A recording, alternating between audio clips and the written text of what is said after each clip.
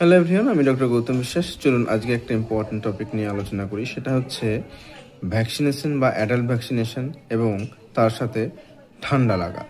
দেখবেন এরকম অনেক পেশেন্ট আমরা পাই যে এসে সবার প্রথমে বলে, ডাক্তারবাবু আমার না হাঁপানি আছে, আমার শ্বাসকষ্টের সমস্যা আছে, ঘন ঘন ঠান্ডা লাগে, ওই ইঞ্জেকশন একটা দেয় না, ওই ইঞ্জেকশনটা একটু লিখে দিন তো, ইঞ্জেকশনটা যেটা নিলে আমার আর ঠান্ডা লাগবে না।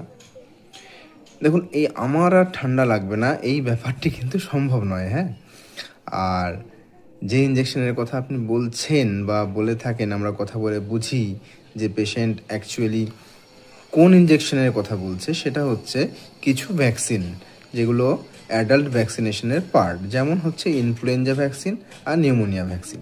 মেইনলি যাদের বিভিন্ন রকমের কোমরবিডিটি রয়েছে, অ্যাডাল্ট, বয়স একটু বেশি, এবং যাদের বিশেষ করে অ্যাজমা বা হাঁপানি রয়েছে, তাদেরকে আমরা এই দুটো ভ্যাকসিন নিতে বলি যে এই দুটো ভ্যাকসিন নেবেন, তাহলে অনেক ভালো থাকবেন।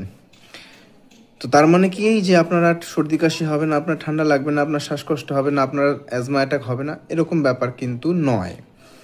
দেখুন, এই দুটো ভ্যাকসিন আপনাকে দেওয়া হলো, তার মানে হচ্ছে এই ভ্যাকসিনের মধ্যে যে প্রোটিন বা অ্যান্টিজেন থাকে সেটা আপনার শরীরে প্রবেশ করলো। আপনার শরীরের যে ইমিউন সিস্টেম রয়েছে, রোগ প্রতিরোধকারী ক্ষমতা রয়েছে, সেই ক্ষমতার মাধ্যমে, সেই সিস্টেমের মাধ্যমে আপনার শরীর এই অ্যান্টিজেনের বিরুদ্ধে অ্যান্টিবডি তৈরি করবে এবং এটাকে চিনে রাখবে।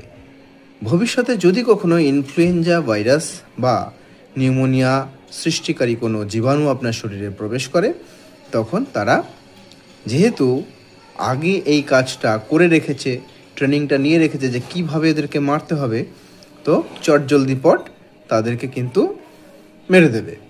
কিন্তু এই যে তাদেরকে মেরে দেওয়া পর্যন্ত যে সময়টা, মানে জীবাণু আপনার শরীরে প্রবেশ করলো এবং এই যে মারামারি চলছে, এই সময়টা পর্যন্ত আপনার মধ্যে রোগ লক্ষণ প্রকাশ পেতে পারে, আপনার ঠান্ডা লাগতে পারে, জ্বর আসতে পারে, অসুবিধে হতে পারে। সুতরাং হবে না এরকম ব্যাপার কিন্তু নয়।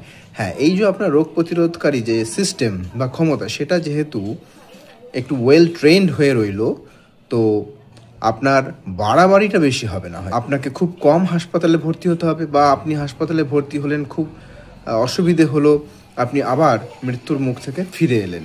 তবে হ্যাঁ, বলবো যে একদম 100% যে এটা হবে না এরকম কিন্তু সম্ভব নয়। আপনি অনেক ভালো থাকবেন। সুতরাং অ্যাডাল্ট ভ্যাকসিনেশন অবশ্যই নেবেন, এটা খুব ভালো জিনিস। ধন্যবাদ। আমি ডক্টর গৌতম বিশ্বাস।